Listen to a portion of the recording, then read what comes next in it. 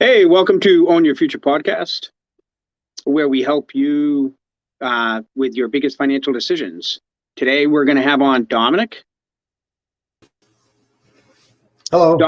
Hey, Domenic, how are you? Good. How you doing? Doing good. Domenic is a local contractor on the South Shore. He's done a few projects for me and my customers, and I thought it would be great to have him on to kind of understand the construction project process and the renovation process, and maybe understand kind of the craziness that has gone on in this last year or two. Things have changed a little bit, of course, in the last 6 months, maybe. But so, Domenic, introduce yourself. Yeah. My name is Domenic Venturelli from DML Builders, local contractor in Plymouth, Mass. And yeah, that's about it. I mean, we're keeping busy, so it's a good thing. So Domenic, you did a recent $160,000 reno for me and one of my customers. I think you did like a $70,000 reno as well, and then you helped one of my friends with, I think, their bathroom or something like that. Give people a sense of how big of a project that you can take on, and maybe even how small of a project you're willing to take on. Yeah. So I mean, for small projects, we do everything. I mean, we'll put a door in. Go down to decks. We'll do any kind of handyman services. It's really we don't exclude the small projects. Usually, the small projects get us in the door and turn into bigger projects. And we just want to service our clients on whatever they need. Bigger projects, we do a lot of room additions, new homes. We got a pretty good size project coming up in Weymouth. It's 2,400 square foot addition. So projects in that size. We actually do some commercial work as well. We do interior fit ups and office space, restaurant work, stuff like that. Yeah. So you actually helped me personally with one of my kitchen additions. Well, it has been a few years ago now, not additions, I should say, renovations. And we actually did it right before COVID. And I thought we were going to get lucky. I was supposed to get cabinets, and I called the cabinet guy, and he's like, everybody's gotten their stuff on hold. And luckily, there's been no notice that your stuff has been on hold. And then literally a week later, we learned that my cabinets were on hold for a while, and we couldn't start the project for several months. How big of an impact was COVID to your business? Pretty big. I mean, with the delays and lead times and not knowing what the delays were, that was a big challenge, big struggle for us. One day it was cabinets, the next day it was shower glass doors. And you really didn't know until you started ordering it and finding out that some of these things did have long lead times, back orders, and so on. For an example, I mean, garage doors, 16, 18, 20 weeks out. And you're going to order a door and get it within 4 weeks and find out that, it's 12 weeks out, 16 weeks out. And now that door is not going in until, later on in the day. So now we got to come up with temporary solutions and so on. So yeah, I mean, it's been a challenge, but we learned a lot. We learned how to handle the situation. For an example, with cabinets, we will not touch somebody's kitchen without the cabinets being on site, checked, making sure that all the cabinets are there, they're not damaged and so on, because if we're missing one cabinet, it can impact your whole kitchen. It could impact it for several months, and we just don't want to leave our clients shorthanded like that. So. Yeah, how have the delivery times changed since COVID? I don't know if it's over, but has things improved, or is there still a lot of lead time that you have to, take to kind of plan for or whatnot? Yeah. So, I mean, most of the materials and vendors they're pretty close now. Windows and cabinets and all the lead times are getting a lot better. There is a vendor here and there or an item that is taking a little bit longer. Garage doors are still, there's still a long lead time item, especially what manufacturers you're going with. If the plant is struggling or so on, then we see, long lead times with those. It's a little bit easier to go around it now. So for an example, for like windows, if there's a window manufacturer and having issues due to some kind of COVID issue or something like that, it's easy for us to swap vendors and get another window in there, or an alternative to that, and we can move forward and stuff like that. So it's just kind of thinking outside the box and trying to handle each. It's kind of funny because when I think of delays, I wouldn't think of garage doors. I mean, it's a door; it should be easy to do. So it's kind of funny that you mentioned that. I would never even have crossed my mind to even think about garage doors. Oh, it's crazy. I know. It's crazy. Same here. When I remember the first time when I heard garage doors were out that long, I'm like, what? I didn't believe them. So I started calling around and I get the same answer from everybody. But so let me ask you this, since we're talking about some of the COVID craziness, what about the crazy prices in like lumber and stuff, and how I think some of that has come down. Is it still elevated? How crazy did it get? It's just elevated a tad now. It did go down to normal. But it is elevated more than it used to be, but at least it's not, triple the value of what it used to cost. So now we're seeing that the lumber prices are down, the packages are more reasonable. And so it is helping our business a ton, because, when lumber prices are up that high, people think twice about, doing a project, because they're just like, you know what, maybe I'll just wait. I'll wait it out. Did you have a lot of people waiting? Some people didn't bother them at all. But some people were just like, this is not worth it. Especially when it comes to smaller projects like decks and stuff. If your deck lumber package is triple the value, you think twice. Maybe I'll just wait a couple of years and do the deck later. It's not an emergency. Yeah. So what was the biggest increase you saw in a project? Like, hey, somebody planned 100,000 and it came in at 300 or something like that. What was the biggest change or increase in price that you saw? Yeah, definitely. Probably one of the additions we did in Jamaica Plain. I think it was a couple years back, and that lumber package came in about triple the value.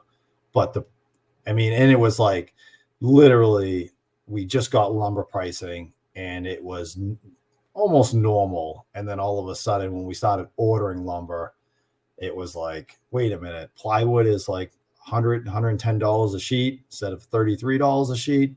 And we're ordering, 100 sheets of it, 75 sheets of it. We could see the huge difference. And that was a big project. So that really had an impact on the client and on us. So we were trying to do the right thing and trying to keep the client within budget, but some things were out of our hands. Yeah, it sounds a little crazy. Yeah. So tell people, like, what are a lot of the projects that you're seeing now that people are doing? Are you seeing additions? Are you seeing renovations, like kitchens? Are you seeing new construction? What are some of the bigger projects you're seeing right now? So we're seeing a lot of small projects. People are still doing a lot of small projects, still doing the decks, still doing the bathroom renovations and kitchens and so on. The additions, probably not as much, but they're still going on. And typically we see them with in-laws. We do a lot of in-law additions. I think it's the parents coming back, maybe selling their home and, deciding to move in with the kids and investing that money that they get from the sale into the addition. So we see a lot of in-law additions. Very nice. So I used you for my kitchen, and I ended up I didn't actually go with your kitchen guy.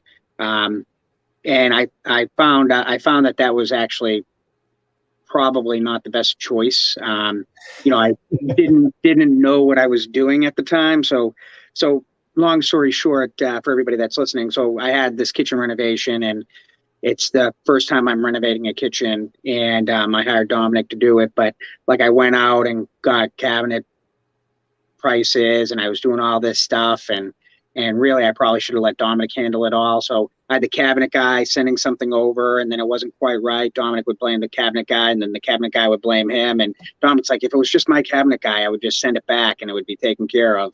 And then I ended up using my own. So I got a good price because I had a friend that worked over at MSI on the on the flooring.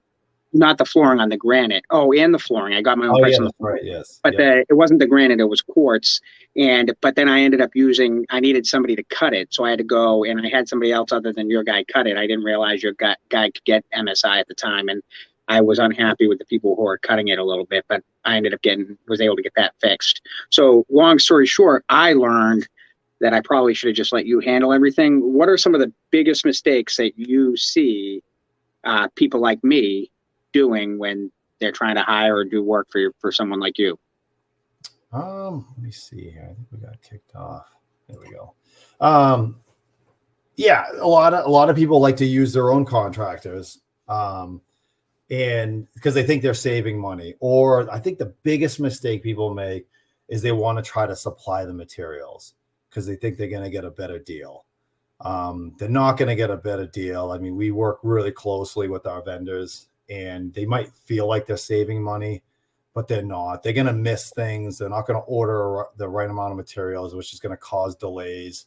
You got to remember, people hire us. We're a general contractor.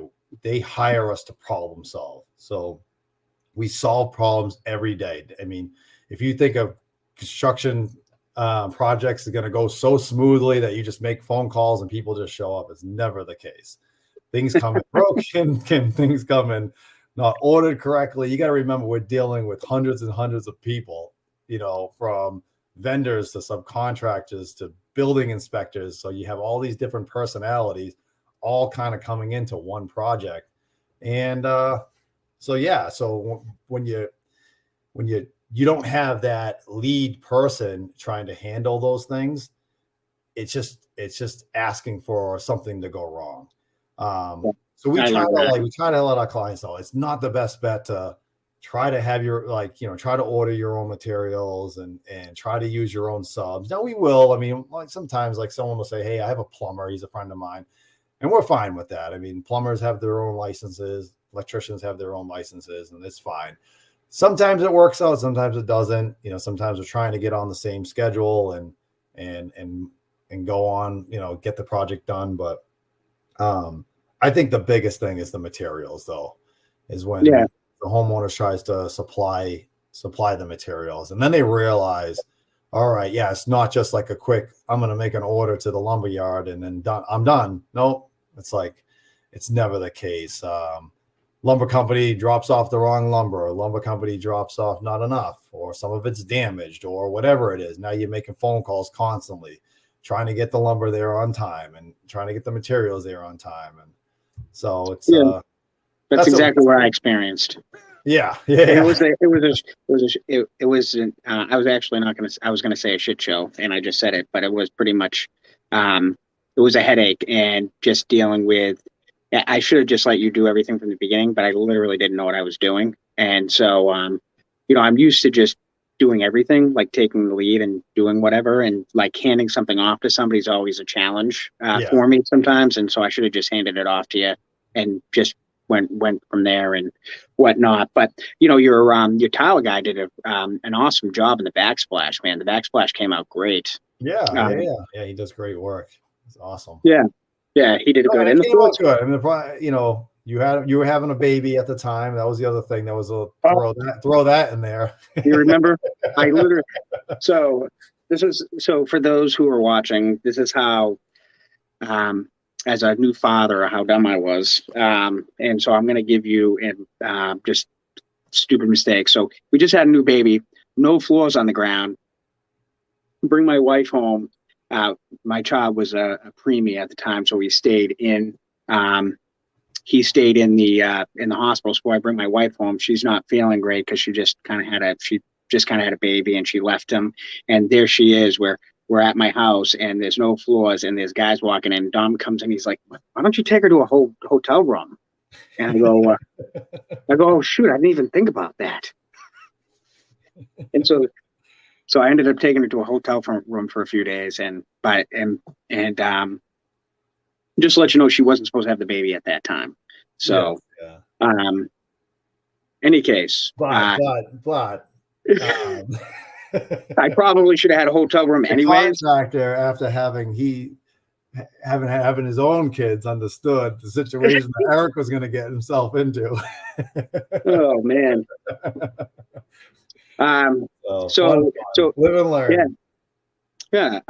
So it was great. So, you were a good contractor. The kitchen came out great. You just recently did $160,000 or $170,000 rental for someone that I know. Tell us how that project went. It went well. Yeah. So she wanted an in-law addition. I would call it an in-law addition over the top of the, it was over the top of the existing house. A little kitchenette, bathroom, kind of master suite style. Had its own challenges. But yeah, it went well. We're actually doing another addition for her now. So she wants a master bathroom addition off the back of the house. So we're actually in the middle of framing that right now. So yeah, very nice. Went very well. Great client, and no, we're glad. We love when we get repeat work like that. So do you have any tips, or anybody that wants to kind of take on a project or do a big renovation or an addition? Do you have any tips for anybody if they want to start a project like that? Yeah, I mean, I think the biggest tip would be coming up with a budget that fits for you, and working with a design professional at the beginning, and making sure that you're open with them on your design. We see it on your budget. We see it so many times where we bid projects and they're huge projects and $300,000-$400,000 projects. And even in the bidding phase, I know I'm like, this just does not make sense. Like, it's either like, do you really want, if some people don't want to invest $400,000, $300,000 in their house, and you could see it, the value is just not there. But they don't know what the costs are. They don't know what things are costing, these days. And so just being open about your budget, it saves a lot of frustration and time with you. It even saves a lot of money, because if you're working with a design professional, they're charging you. And if you're not open with your budget with them, they're going to design something that's just really glorious, huge, this grand like addition or home or whatever the case may be. And then it might not just fit your budget. So if your budget's only $200,000 and they're designing something that's $300,000, well, there's a big difference. So what I would do is first come up with the budget of what you think you can afford, what makes sense. So when you say a design professional, are you talking like an architect? An architect, interior designer. It just depends on the project. So if you're working with an interior designer because you're doing your kitchen over or your bathroom over, it could be an interior designer. If you're doing a big 1,000 square foot addition, you're probably going to work with an architect. We help with both of those. We can help, with architecturals and interior design work and stuff like that. But some people they might know somebody, or they like to work with a third party architect. That way they're open on bidding. They're not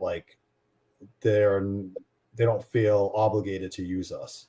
So, some people will just say, I'll handle the architectural fees, and then they'll send out plans to bid.